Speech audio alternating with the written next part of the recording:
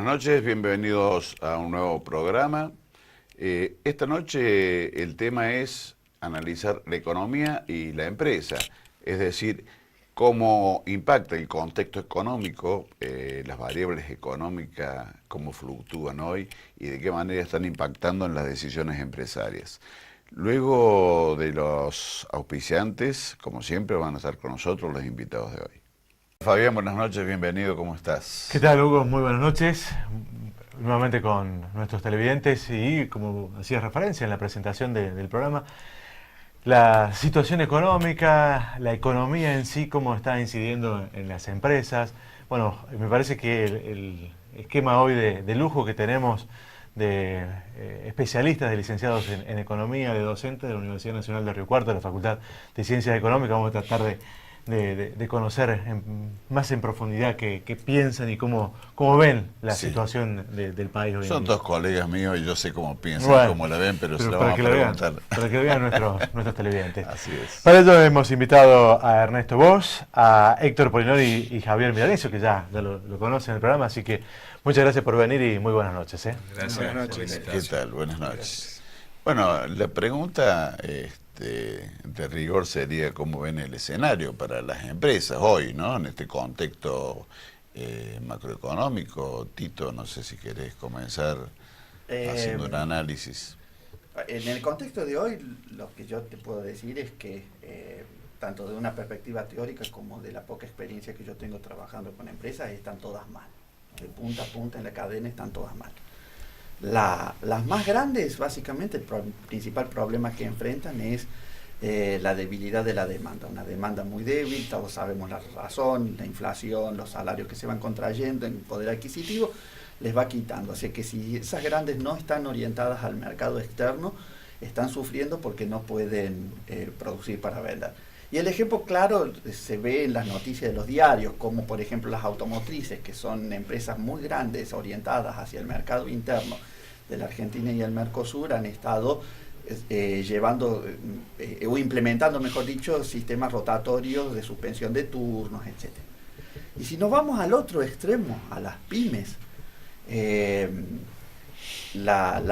gran problema que están enfrentando es la falta de financiamiento. O sea, la cadena de pago se les va estirando en el tiempo, los acreedores no pueden ellos a su vez seguirles dando mayores plazos y se encuentran con que las deudas los van asfixiando, les van comiendo el capital de trabajo, su capital de trabajo se va erosionando. Si alguna tuvo en algún momento la capacidad y la previsión de acumular stock, la va llevando mejor. Y el que tenía alguna forma de producción en tiempo cerrada, producía para la venta en plazos muy cortos, hoy se encuentra con que le cuesta comprar inventarios para reponer y a su vez no cuenta con apoyo financiero para comprar de mercado a sus proveedores, los proveedores no les estiran los plazos y entonces el problema se les magnifica. No sé si me pongo muy boludo. Ayúdenme porque yo... Ernesto, te pedimos que te acerque un poquitito al micrófono, sí, así. Cómo no. Ahí está. Mis disculpas. No, por favor. En esencia, hoy las empresas que se están moviendo bien que no tienen mayores problemas, son las que están orientadas al mercado externo. En general, obviamente, son todas las cerealeras, ya sabemos que en general, vos sabés más de eso. Sí, yo un poco, revisando un poco estadísticas, lo que sí se puede ver que la actividad económica en los últimos meses, de los cuales hay información, uno tiene retardo, lo último que se vio es febrero, sí hubo crecimiento mensual en los últimos 3 meses. Con lo cual, si uno quisiera ponerse optimista, hay sectores que ya han marcado un piso a partir de diciembre, y si esto se pudiera revertir, sí se ven sectores, pero bien como plantea Ernesto, está puesto en sectores específicos. Básicamente hablamos de sector agroindustrial, donde producción de alimentos, producción de carne, que son sectores de exportación, sí tienen un crecimiento, y en esto también hay que hacer la salvedad cuál es el piso del cual se parte. O sea, si uno compara con los años anteriores, hay un efecto de recuperación. También tenemos lo que es el turismo. ¿Son sectores de bajo valor agregado? No necesariamente. No necesariamente.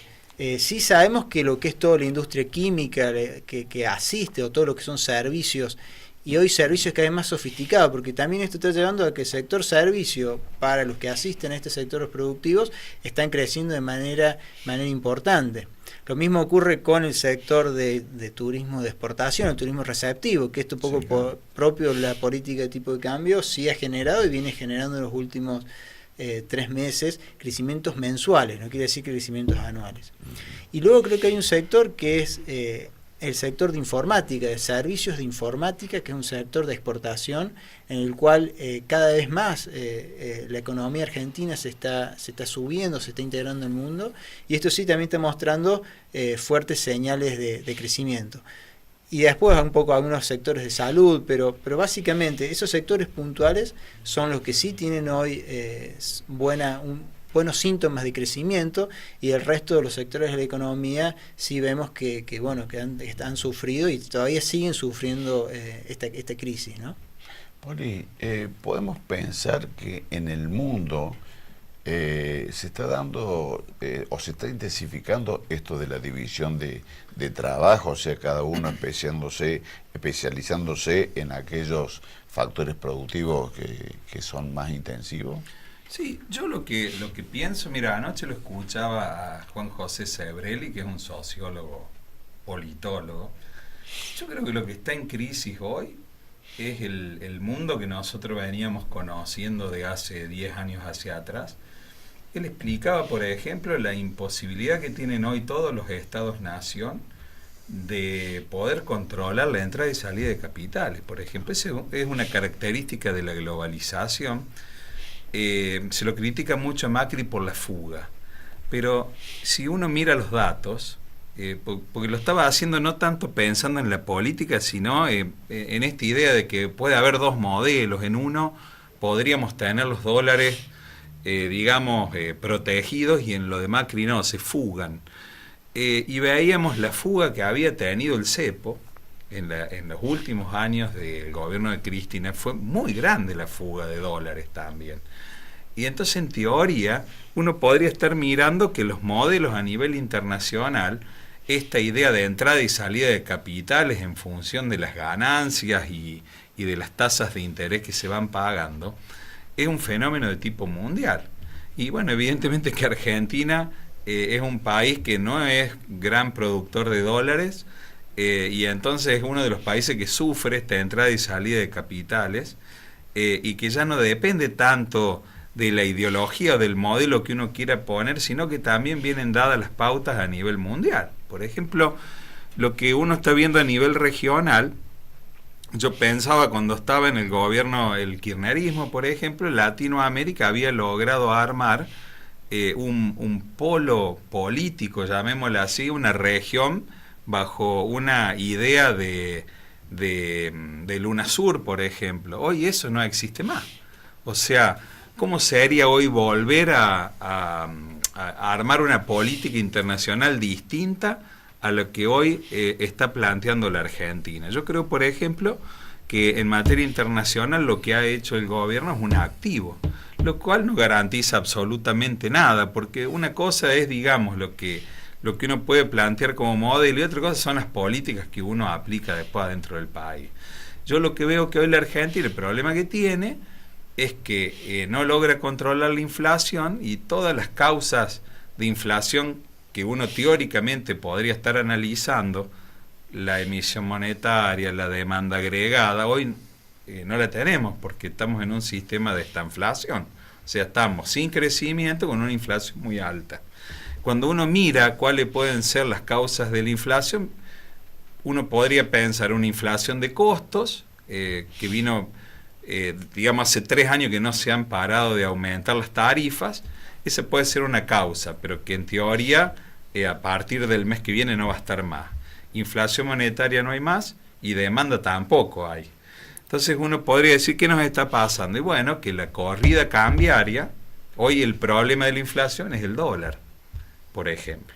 Entonces ustedes fíjense, cuando el dólar se mantiene 45, 46 pesos y es un ancla cambiaria, los problemas de precio van a ir desapareciendo, pero también tener un ancla cambiaria es un problema para la economía. Exacto. Entonces, en realidad, todo esto que estamos hablando es como ese paciente que tiene una enfermedad terminal, pero tiene fiebre.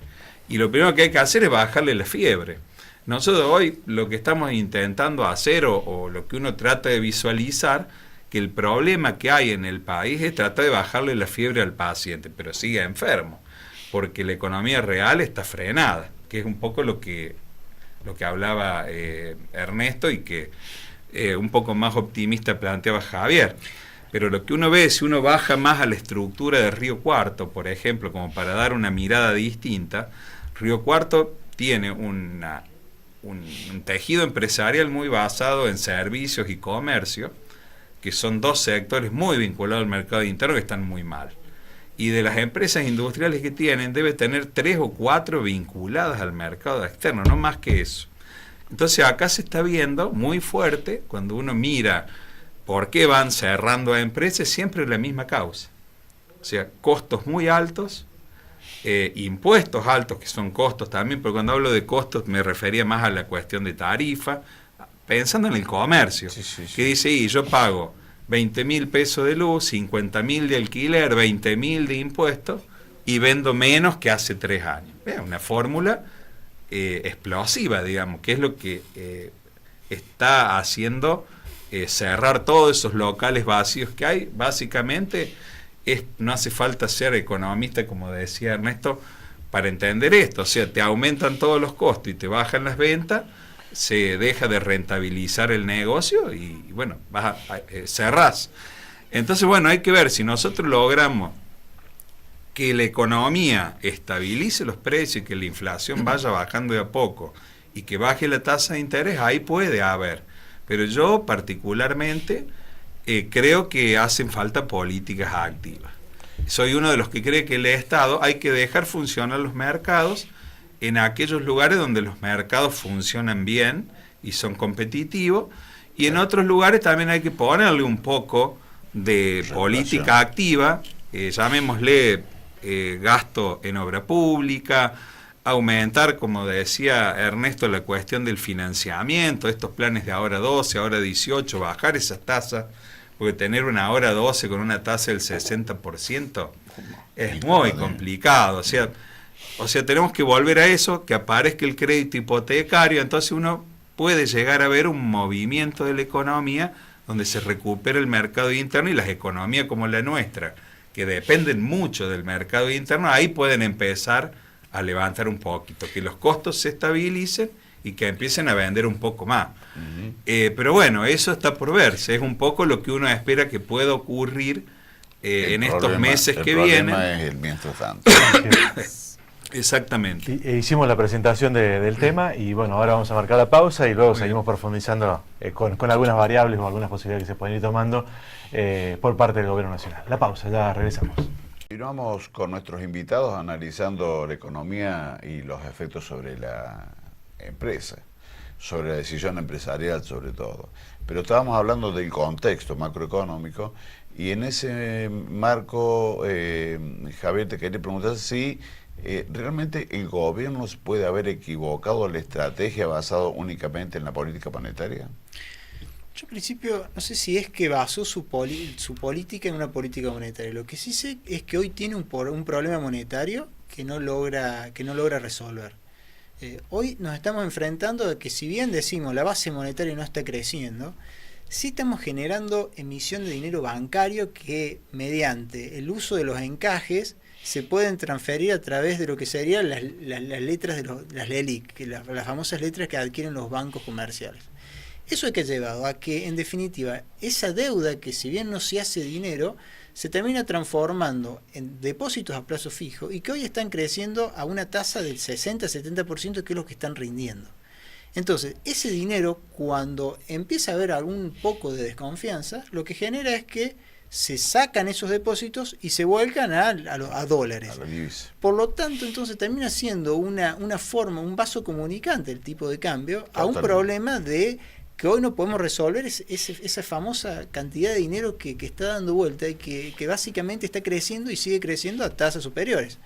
El año pasado decíamos, bueno, esta nueva estrategia puede funcionar a medida que logren desactivar estas LELIC y que no crezcan lo que crecieron las LEVAC. Pero hoy tenemos un crecimiento de las LELIC que está, dentro de poco va a alcanzar la cantidad que tenía de LEVAC el Banco Central. Entonces, ese sistema está generando mucha incertidumbre.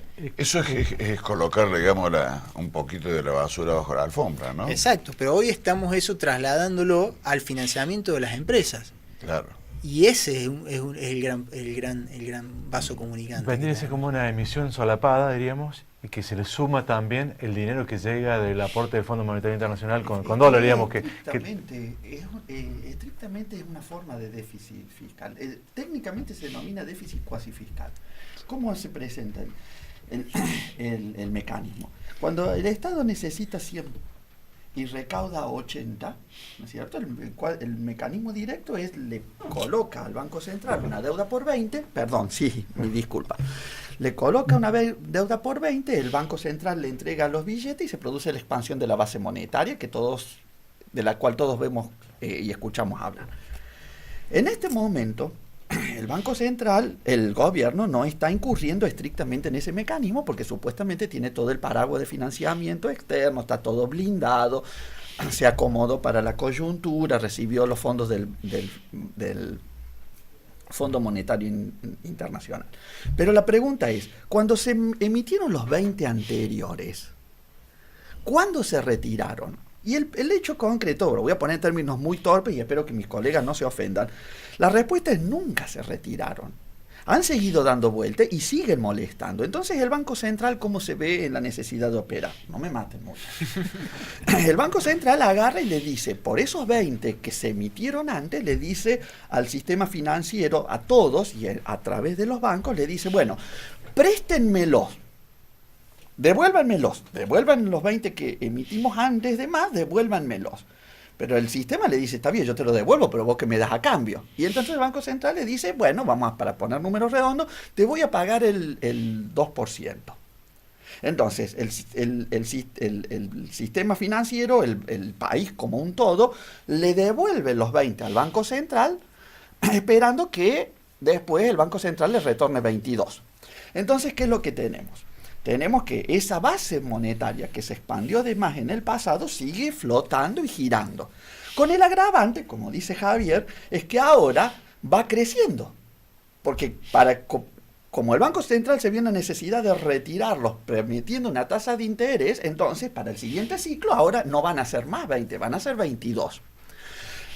No sería en sí mismo un problema si nosotros le pudiésemos mostrar al mundo y a la sociedad, nosotros mismos, la sociedad mostrarnos a nosotros mismos, que para el mes que viene el PBI va a crecer el 2%.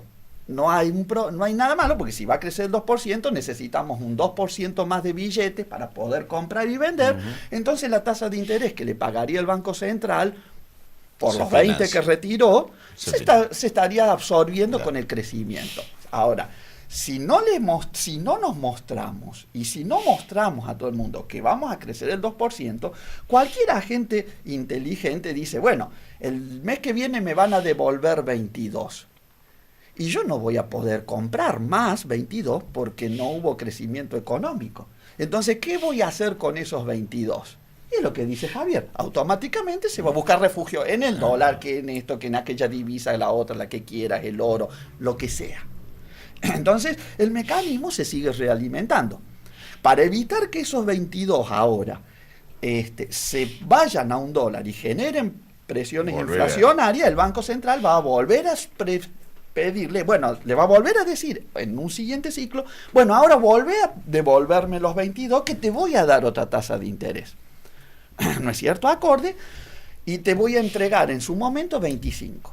Y entonces, perdón si fui muy caótico, pero entonces que todo empezó porque hubo un déficit en el pasado.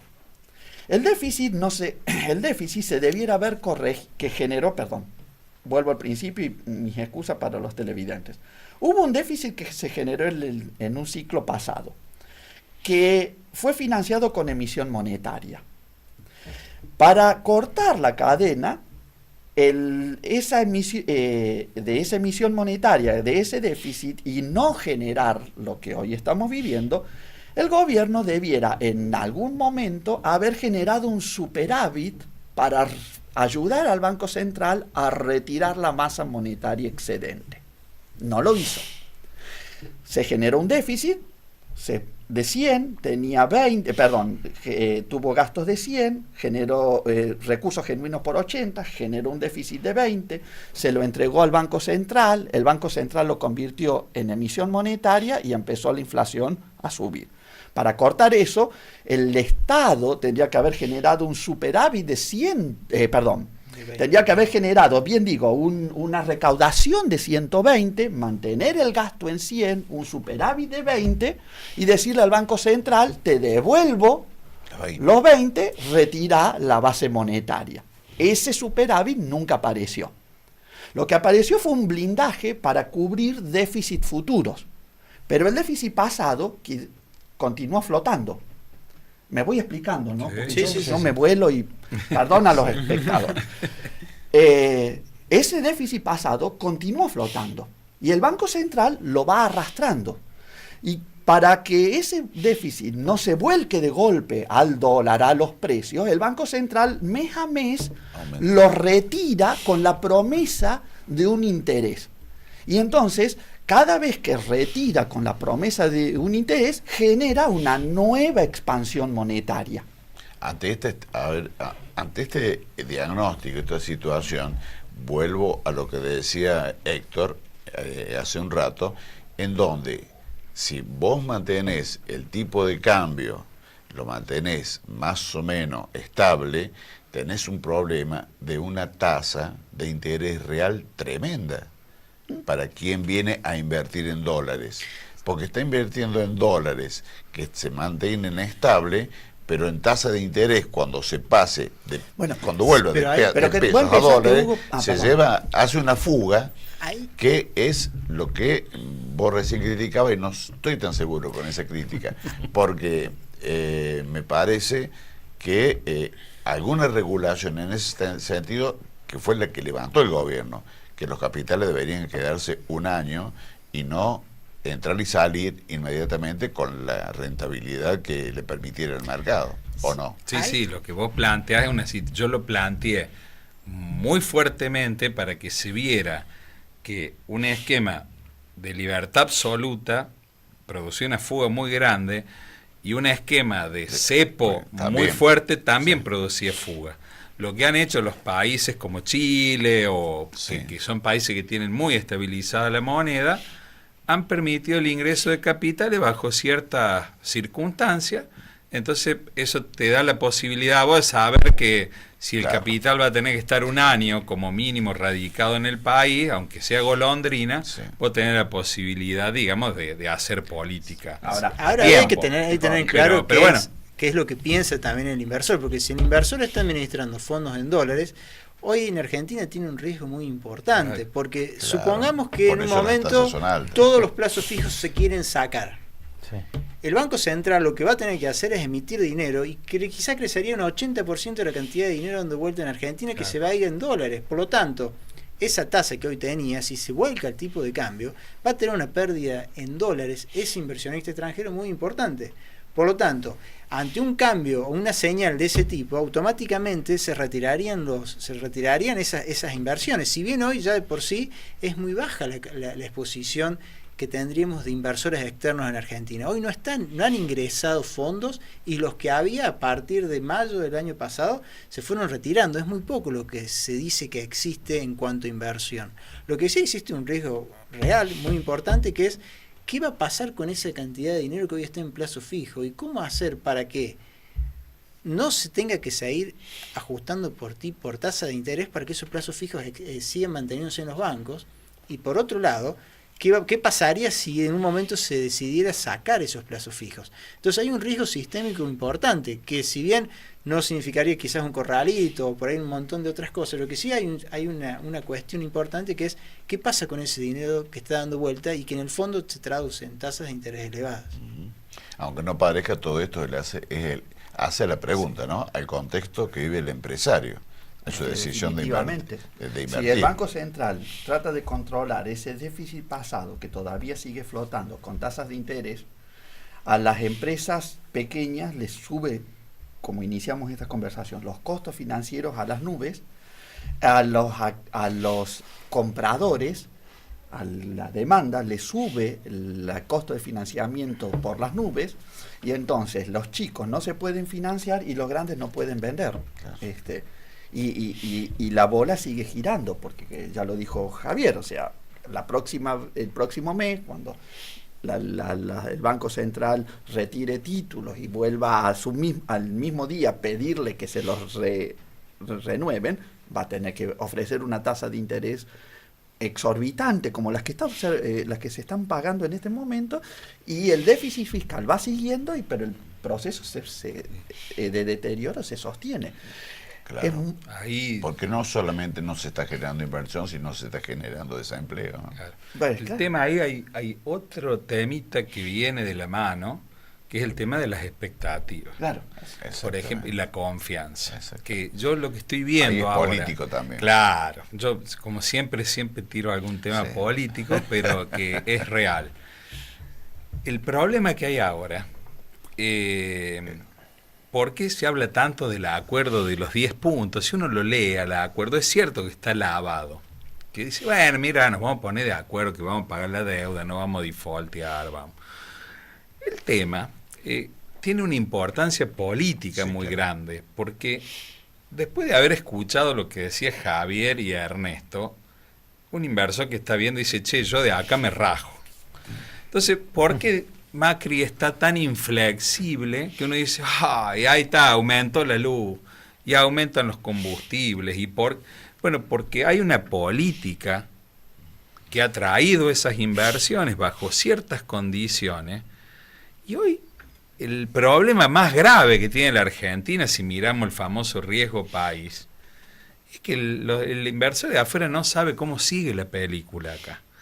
Entonces, si Macri llegara a desdecirse de todas las cosas que fue haciendo en términos de inversiones, dice, no, mira, las tarifas están dolarizadas, pero ahora las vamos a especificar. Los combustibles no suben más. Si vos cambias todas las reglas de juego, yo tengo mi presentimiento, es que nos van a bajar el pulgar de afuera. Pero Y hay, creo, ¿hay inversiones? ¿Vinieron inversiones durante estos casi 4 años? te diría que en algunos sectores, como los que yo te estoy diciendo, todo el sector energético Sí. que está vinculado a las tarifas, a los combustibles, esas han venido. Han venido, pero porque así funciona el capitalismo. Se le mostró la zanahoria, Rentabilidad, claro. vos tenés rentabilidad, el Estado te garantiza a vos que si vas a sacar un barril de petróleo te va a pagar tanto, entonces va a decir, no, yo voy a la Argentina porque hay una previsibilidad. Si yo ahora le digo, no, mira, lo que te dije hace 2 años cuando vos viniste te lo cambio, yo creo que ahí puede haber un problema grave. Además, ¿Y qué puede haber? Y cierro con esto, Ernesto. Esto que decía Javier de la bola, de la ELIC, yo fuera un candidato no en línea con Macri y hago un plan Bonex. Agarro esa plata y le digo, mira, Milanese, ¿a vos cuánto te debo? Y yo tengo 10 millones de pesos en la ELIC, toma, te doy un bono de 20 años. Se terminó el problema. O sea, técnicamente esa bola de plata uno lo puede transformar en bonos y yo te obligo a vos a recibir un bono. Eso es pegarse un tiro, digamos, a nivel internacional, es muy parecido a un default o algo parecido. Sí, claro. Sí, sí. Pero eso, si vos no pensás en términos, por eso ese acuerdo marco, porque tranquilamente se puede ir a un Bonex. plan Bonex, que la Argentina ya lo ha hecho O un en montón realidad- de o veces. en realidad está dando vuelta otra estrategia. Que es Podemos una- retroceder que es una 20 años dolarización atrás. de la economía. Así es. ¿Eh? Bueno, Claro, La otra también. estrategia es dolarizar. ahí ya seguimos. Exactamente. Vamos a marcar la pausa. ¿Cómo no? Bueno, ya regresamos. Nuevo bloque de local. Seguimos hablando sobre economía y empresas. Héctor, ¿qué impacto tiene la herencia recibida en esta situación que atraviesa el país? Mira, yo creo que... ¿O ya no se puede hablar más de la herencia de 3 años y medio? No, lo que creo que, digamos, cuando se produce el cambio de gobierno, había 2 o 3 puntos importantes, muy, muy centrales a nivel económico. Uno, que la Argentina seguía en default, o sea, Kicillof había tratado, pero no con muchas ganas de arreglar el tema con los fondos buitre. nosotros teníamos un cepo cambiario, o sea, no teníamos un sistema de libertad de cambio, digamos, teníamos los famosos dólares blue no sé cuánto, había como $5.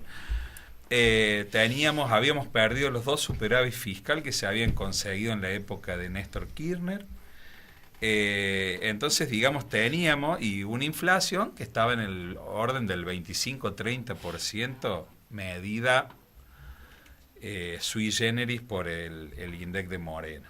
O sea, teníamos, para colmo, los últimos años de Cristina, recordemos, eran todos años de crecimiento prácticamente cero, crecimiento muy bajo.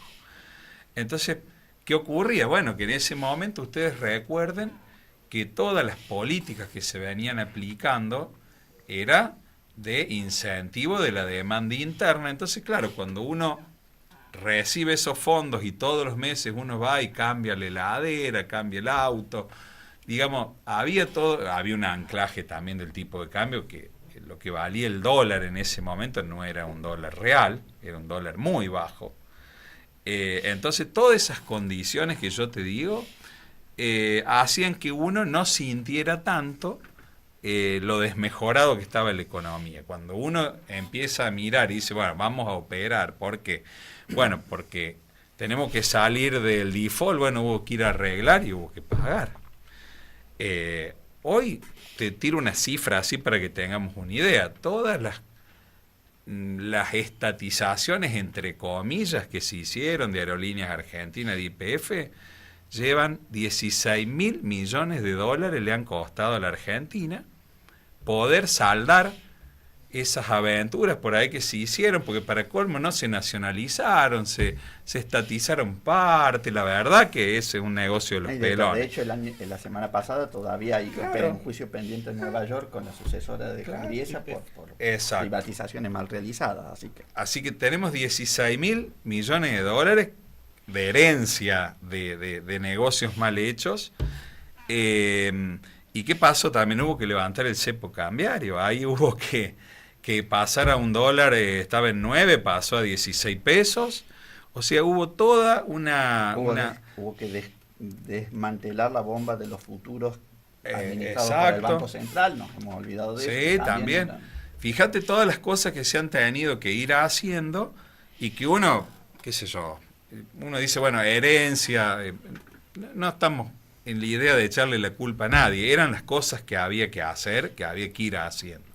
Yo creo que ahí lo que le pasó al gobierno, que vieron que en ese momento había muy buenas condiciones de financiamiento a nivel internacional, había muchos dólares baratos, entonces dijeron, mira, en vez de hacer el ajuste ahora, si no pasa nada a nivel mundial, nosotros vamos a tener un financiamiento, porque recuerden que ese financiamiento pudo venir porque salimos del default. Porque cuando vos estás en default, dices, sí, pero antes no nos endeudamos. Claro, pero tampoco nos prestaban, por más que quisiéramos. No sé si Fabián, si me explico. Sí. Vos ibas al mercado a pedir un crédito, te decían, no, primero arregla lo que debes y después te presto. O sea, había un mérito de decir, no, nosotros la bancamos solo, pero cuando no se te fueron todos los dólares y quisiste ir a buscar afuera, no lo tenías porque estabas en default. Entonces, salir del default permitía que entraran estos dólares de financiamiento de nivel internacional. El gradualismo se fue haciendo con esos recursos. Cuando se produce la crisis externa, se cortan los recursos, se terminó el plan económico. Hubo que dar un giro y bueno, ahí aparece el FMI. Y ya te diría que a partir de ahí yo veo, pero no porque hayamos ido al FMI, creo que se agotó el plan original del gobierno y tuvimos que ir a un plan obligado, que es el que tenemos hoy. Sí, yo coincido con Poli y me voy a permitir decir lo mismo de otra forma. Nosotros, el gobierno anterior nos deja aislado de los mercados financieros y nos deja aislado, con excepción del agro, de los mercados reales en el mundo. La Argentina estaba totalmente aislada. Salir del default, desmantelando, por ejemplo, como ya citamos, la bomba de tiempo de los futuros del dólar, era una medida necesaria para poder reinsertarse en los mercados financieros, para generar las condiciones para que los fondos de inversión, lo que genéricamente se denominan inversiones de cartera, pudieran o quisieran empezar a volver a la Argentina. Esa era la primera parte del gradualismo, que las inversiones de cartera regresen a la Argentina porque hay que seguir financiando el déficit del gobierno para no generar una crisis política y económica. Ahora, siempre está la pregunta, esa inversión de cartera en algún momento del futuro hay que devolverla. Y la única forma de devolverla es con crecimiento. Y la única manera de consolidar ese crecimiento es con inversiones reales extranjeras llegando a la Argentina. Tenían que, así como venían las inversiones de cartera, de la mano de los fondos de inversión, tenían que empezar a llegar inversiones reales en la industria automotriz, en la industria energética. Algunos sectores, mis colegas lo han comentado, llegaron esas inversiones, pero no llegaron en la masividad y no llegaron en la cuantía, en la masividad de sectores, ni en la cuantía global como para generar un boom de crecimiento que empezara a financiar el financiamiento de cartera. Me voy explicando, ¿no? Sí, ayúdenme, porque si no... No llovieron. No llovieron. Ahora, fue una garúa. Claro, ¿por qué no llovieron? Claro, fue una garúa, exacto, vos lo decís muy bien, fue una garúa. No llovieron porque lo que no logramos hacer como nación todavía es reinsertarnos en los mercados reales. Todas las inversiones que se habían realizado en los previos 25 o 25 años en la Argentina eran para el mercado interno ampliado, eran para la Argentina y para el Mercosur. Pero Brasil no estaba demandando, la Argentina no estaba demandando, y el Mercosur como un todo nunca fue diseñado para insertarse en el mercado internacional. Y entonces la política esta de gradualismo lamentablemente quedó renga, porque la pata de la inversión de cartera fue más lejos que la pata de la inversión real. Entonces llegó un momento en que el salto del tranco era tan largo que no se podía dar sin caerse. Y ahí es cuando apareció la muleta del Banco Central, del FMI, del Banco Monetario. Sí. Fue esa muleta que no logró cerrar. Ahora, mis colegas hablaban de generar un consenso y vos, Hugo, presentabas el problema de cambiar las expectativas. ¿Por qué es tan importante el consenso y por qué es tan importante cambiar las expectativas? Porque las inversiones reales, y eso es algo que no terminamos de entender, no vienen por el mango de mañana. Solo lo doy con un ejemplo, y no son datos reales, son datos de estudios que supo hacer el MIT. Una planta automotriz, en un informe que, insisto, realizó la Facultad de Ingeniería del Massachusetts Institute of Technology, determinó que necesita más o menos 10 años de ajuste fino para llegar a la productividad máxima para la que fue diseñada. No sé si soy claro. Sí, 10 años. Sí, o sea, si Renault va a expandir su producción instalando una nueva planta, necesita no que el gobierno le asegure estabilidad, sino que el que viene le dé un horizonte de 10 años, porque 10 años, repito, y cito fuentes de otros que son expertos, es lo que necesita para que la planta solo empiece a funcionar bien. Siguen faltando las políticas de Estado, ¿no? Ahora, yo quería Pero faltan también políticas de partido. Sí. Porque es algo que... política. Claro, porque... Ahora, yo quería preguntarle un temita que, antes que se nos agote el tiempo, Perdón, sí. a Javier, lo más breve posible, porque creo que se nos está agotando ya el tiempo. Vos tocaste un tema recién y creo que pueden llegar a estar dando las condiciones como para, tanto en lo económico, en lo político, en lo social, como para llegar a un plan de dolarización o un plan de convertibilidad. Vos tocaste ese tema. Hoy sí, lo que uno tiene en claro es que, lo que uno percibe es que esa cantidad de dinero que hoy está en la ELIC, en un momento dado que ya la tasa de interés ya no puede crecer, ya no tiene efecto real sobre la economía, va a tener que buscar una solución. Y ahí se empiezan a escuchar distintas voces. Algunos hablan de un plan de canje por un bono, un canje compulsivo. Otros hablan que sería un plan Bonex.